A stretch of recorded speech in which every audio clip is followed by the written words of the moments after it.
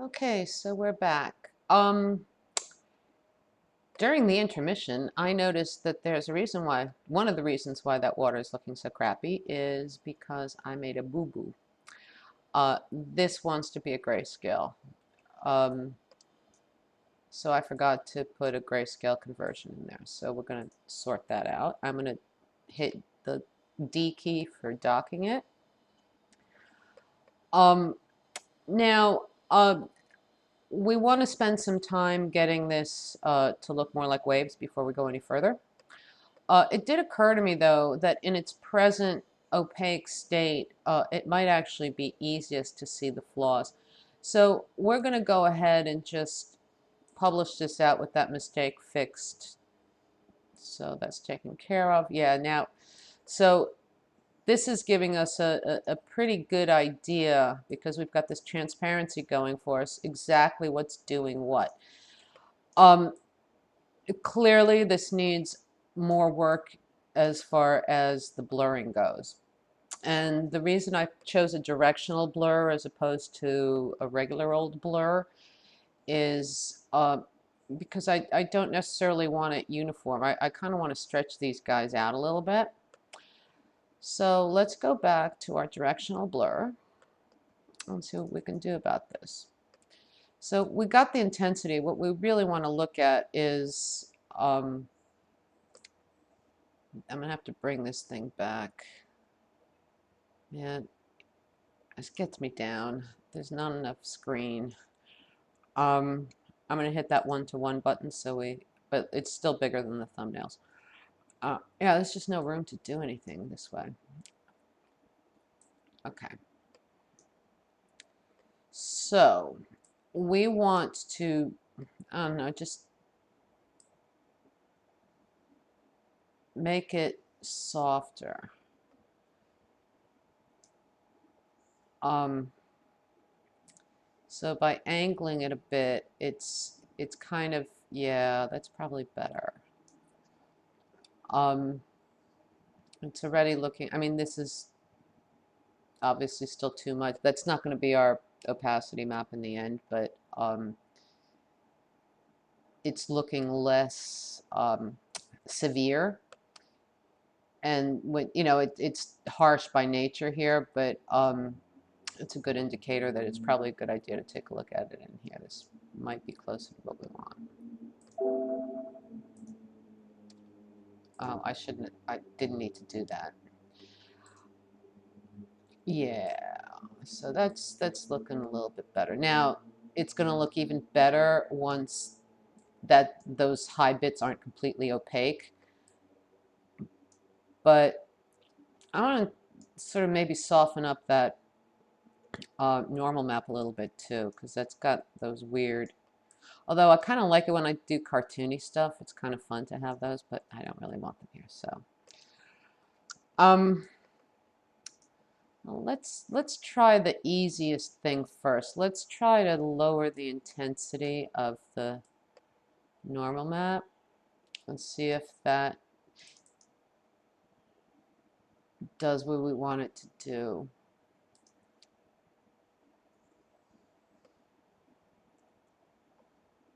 That's better.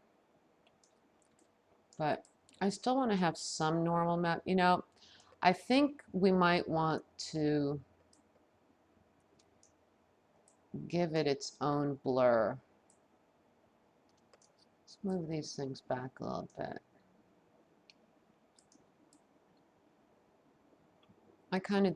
This is just me. I pair them up because these two it's the same thing. It's just a grayscale and a color version of the same thing.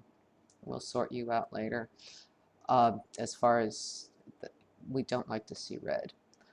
Um, so we can also get this optimized here while we're at it, because this is a really simple fix. It prefers to be 16 by 16 for its most optimal things for like just flat colors. But then if you do that, notice how this dropped down as well. So we have to compensate, oops, to get this back. because it's going to take its size information from what it considers the main node. In other words, this is you're taking whatever this top thing is and you're overlaying it on this bottom thing. So it's always going to take its size information from this bottom thing, whatever it is you're putting in there. So you have to, and otherwise, if you don't pay attention to that, sometimes all of a sudden you're getting like weird pixelated stuff, and that's because you've got something somewhere that's lowering the resolution without your noticing it. Okay. So what happens if we give this its own? I don't know. I didn't do this in the original, so I don't know how this is going to work out. But I think it might be worth a try. And then if we, well, that intensity should be fine. And then let's see if we can't ramp this back up some more. Will that get rid of the artifacting? It's an experiment. Let's see what that gives us.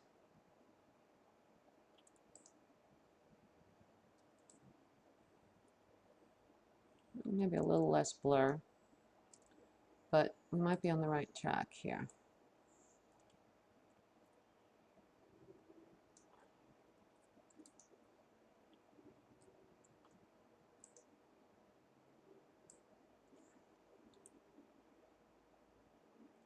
Yeah, that works for me. I think that makes a nicer normal. All right. Right. So this is our normal. So this is, I think this is probably looking okay.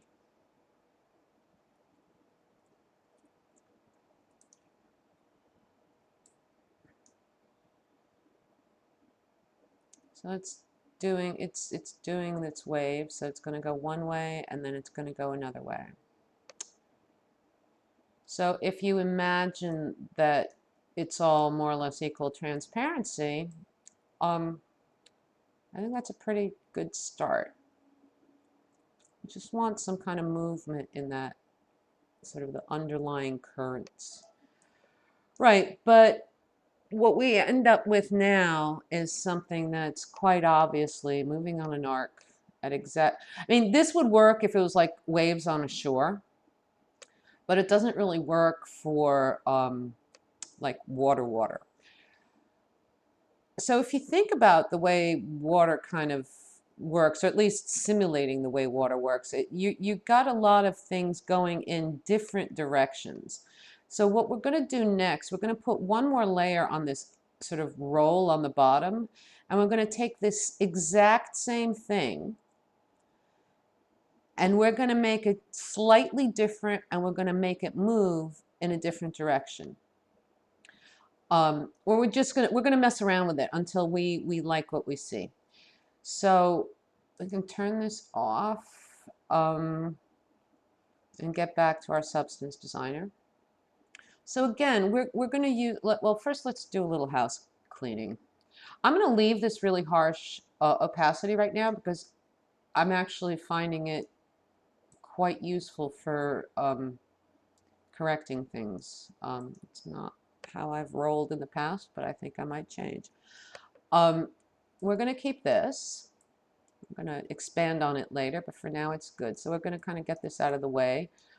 I want to start sort of expanding my normals slash height map section.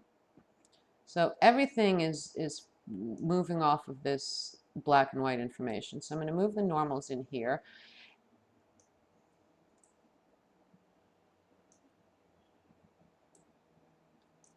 And what I'm going to do, I'm moving back out here. I'm going to make a new pixel processor. It's basically going to be the same thing as the old pixel processor. So what I can do is I can copy it, Control C, Control V, and paste it.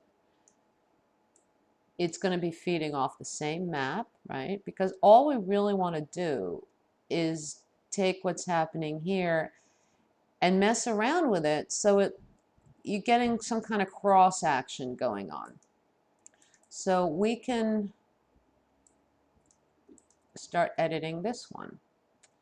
So we don't have to get rid of everything. We're just going to stretch things out a little bit. Give ourselves a little bit of room, and we can start applying the same principles that we were looking at previously to shift it around even more. So we're going to add a couple more nodes that are going to shift around. I mean, the same thing's going to be happening, it's just going to be happening in a different direction. So let's start with the easy one first.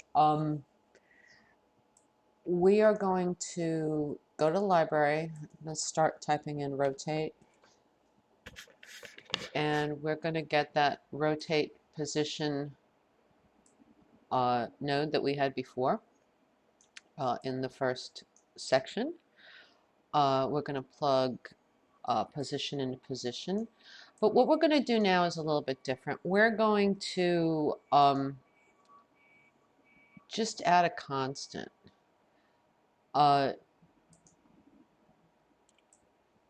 Actually, no, we don't want to float 2 here. We want to float 1, sorry. Keep doing that. All right, let's try it again.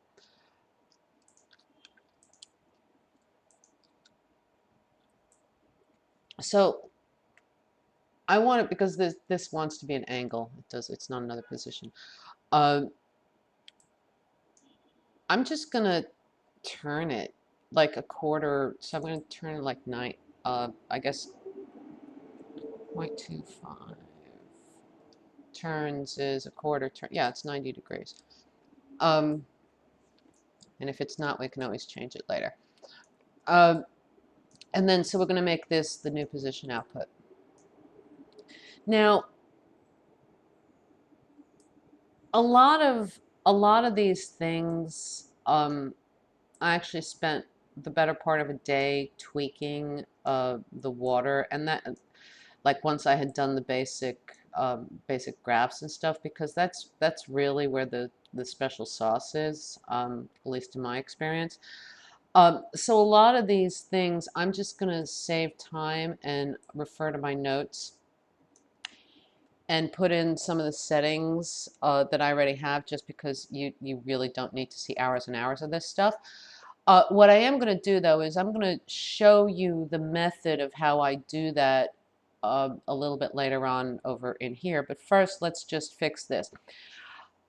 In the first one that we did, in this original pixel processor, we just use straight up amplitude and frequency.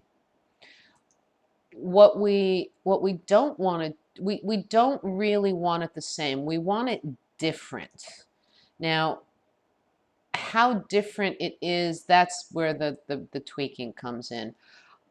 So the numbers that I'm using here aren't necessarily what you're going to want to use. This is just what I came up with. But the basic concept is to have it a bit different, because this way what we're trying to do is like break up patterns. You don't want to have everything running on the same clock, because then it gets a patterned look to it. So this is an attempt to break up some of those patterns. So what I'm going to do is I'm going to get a multiplication node. Actually, I'm going to get 2 of them. I'm going to copy this and paste it out. And I'm going to find a number that I'm going to multiply both these things by. So I'm just going to get a constant. Now, it doesn't have to be a single constant. You can have, or it could be a variable too. I mean, this is really, per people's own preferences. The idea, though, is whatever it is you're doing, you're changing it off of the original. So I came up, in my notes, I have 0.75 here. So it's close, but it's a little bit different. So I'm going to multiply each one of these by 0.75. And then I'm going to plug in their respective outputs into here. Okay, that's pretty straightforward. Um, what I wanted to do here, though, is okay. So let's conceptualize what's going on. We underneath this we have a wave that is basically causing our waves to swing back and forth. So we want something that's going in a different direction, but also not swinging in exactly the same way. So again, we're going to get a multiplication node.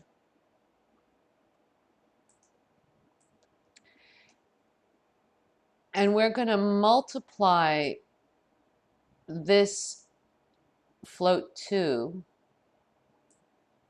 with some other variable, well, at least for now, variable float 2. What I do a lot of times, and this is kind of what I wanted to show you, ultimately, this is going to end up being a constant because honestly, you don't need a gajillion variables.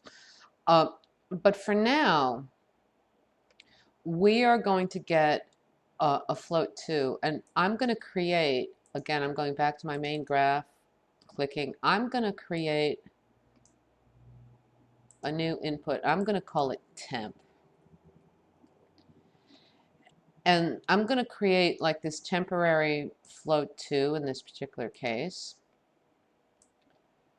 And I want to be able to look at positives and negatives. Oh, I think I'll leave the default. I'll leave the defaults at 1, but I'm going to make the minimum -1.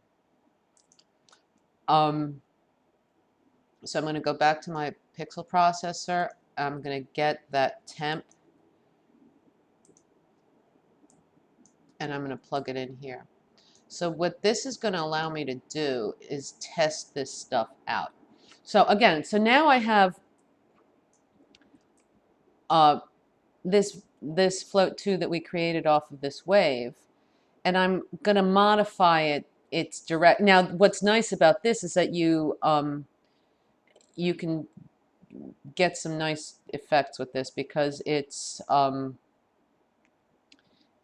you have two vectors to. I mean, you have two numbers to play with. So you have your x and your y.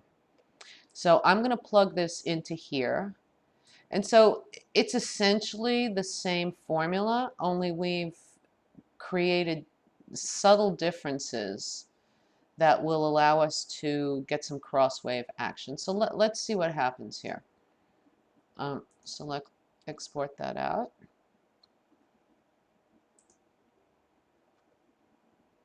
Okay, so let's see where we are here. Did we, first of all, I wanted that quicker. I think I moved it up during the break. Yeah, that wasn't a 0.16, it was a 1.6. And is our temp here? No, it is not. Maybe we forgot to put it into the formula, I think. No, it's there. Let me check this out. I'll get back to you. It helps if you put a label in. So the variable was there, the label was not there. So it's not going to show up if it doesn't have a label. That's the easy answer. Okay. And that should do it. Or not. Now what's wrong?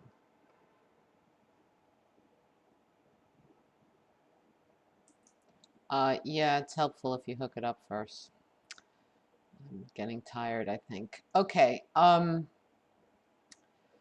so we have it here. It's just not blended with anything yet. So we're going to blend these two together. So this is going to be the main one, the one that's going, this one is going to go over this one. Now, at the moment, your blending modes are down here, so you've got a bunch of selections as far as the kind of blend you want. We're going to keep this at copy, which is basically overlaying one on top of the other. But what we can do is if we create a mask using this, because it's a black and white map, we can do that. So these black areas are going to show up this stuff is going to show up underneath those black areas, and that is going to give us that cross action. So in order to turn this into a mask, it needs to be turned into a grayscale. So we're going to do the same thing. Sorry, my cat just stepped on the keyboard. We're going to do the same thing with this one as we did with the one below it. So I would go like that, and so now we can use this one for a mask, and if we need it for color, like we do up top here, because we want the alpha. And now what's happening is that the two of them are getting blended together, but not in terms of lightness, because lightness doesn't really work in this case. It works better if you do it this way. So this now, we will now see what we need to see, where we need to see it. Oh my goodness. We're going to need to change this because that is now our new, because all of these maps want to be affected by that. This one too.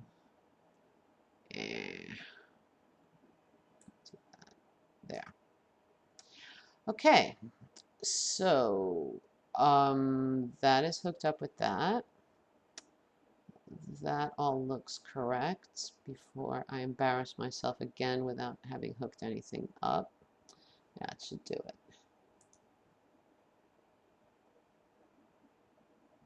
Okay. There we go. Okay. So let's turn this on and see what happens.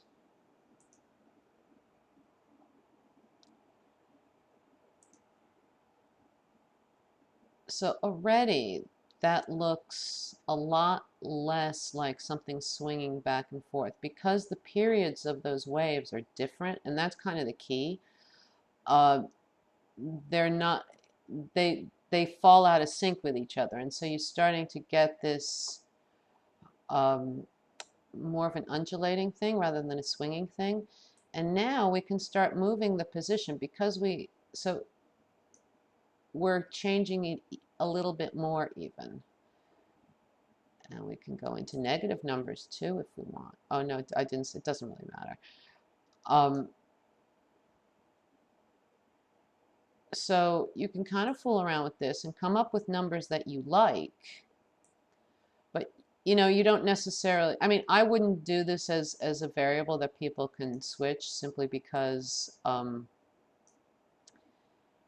it gets to be too much after a while.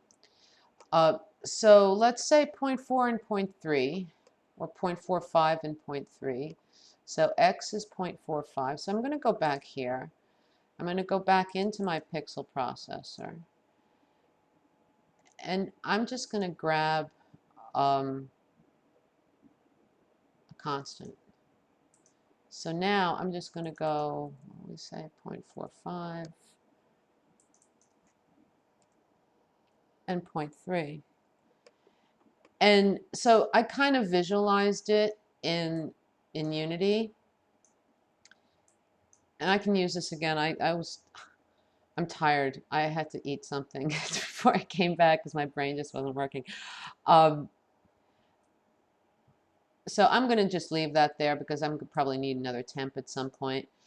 But now it gave me an opportunity to take a look at it in Unity, and now I can kind of cement that. And if I re-import it back out again, then it's going to just give me that setting. It's just going to make it set. So I think we're at the end of this video. See, that's gone, and it's now going to be exactly the same because that's what we had set in before. And sometimes I'll go back and I'll put, you know, later on when things get a little crazy because you're dealing with different layers, I'll go back and I'll do that again. So it's a nice, easy way of helping yourself visualize it. Yeah, I mean, it's still a bit sort of wavy. We might want to deal with that later, but it's better for now. You're constantly tweaking these things. So I'm going to stop this video here, and We will pick up in the next video. We are going to start dealing with the smaller waves, or what I'm calling the ripples, that go on top of this. And those aren't going to have a height map. They're just going to be normals. And they're going to kind of undulate this surface. And that's kind of why we really wanted to get, and this is, by the way, this is going to look better once you don't have these opaque spots, because again, it makes the patterning less obvious. But if you have the stuff layered on top, it's going to be at they're going to be at shorter frequencies. And so again, it's going to chop this up even more. But that's it for this one.